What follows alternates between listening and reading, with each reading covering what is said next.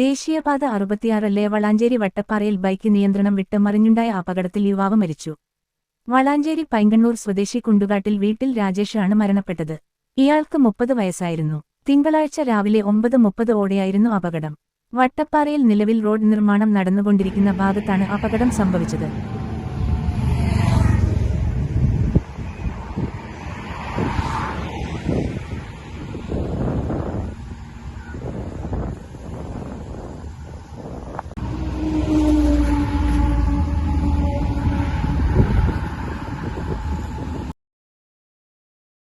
രാജേഷ് സഞ്ചരിച്ചിരുന്ന ബൈക്ക് നിയന്ത്രണം വിട്ട് നിർമ്മാണ പ്രവൃത്തികൾ നടക്കുന്ന സ്ഥലത്ത് ഇടിക്കുകയായിരുന്നു.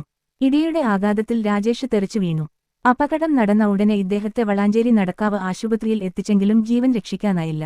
മൃതദേഹം തുടർനടപടികൾക്ക് ശേഷം ബന്ധുക്കൾക്ക് വിട്ടു നൽകും. News desk, Valanchery online.